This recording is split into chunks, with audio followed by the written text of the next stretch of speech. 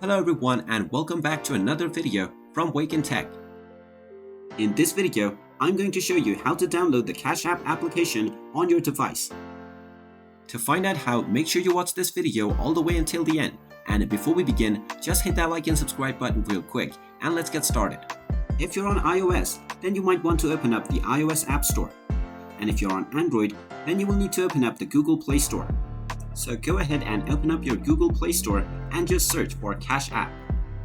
Once you find the application, tap on the install button and then just wait for the installation to complete. Once the installation is done, just go ahead and open the application. And now you can use the application to send or receive payments by logging in or signing up. If you don't have an account yet, then make sure you watch our video on how to create a new account and sign up to Cash App. And there you have it. That is how easy it is to download the Cash App application on your smartphone. If you find this video helpful, make sure you hit that like button and subscribe to our channel if you haven't done so already.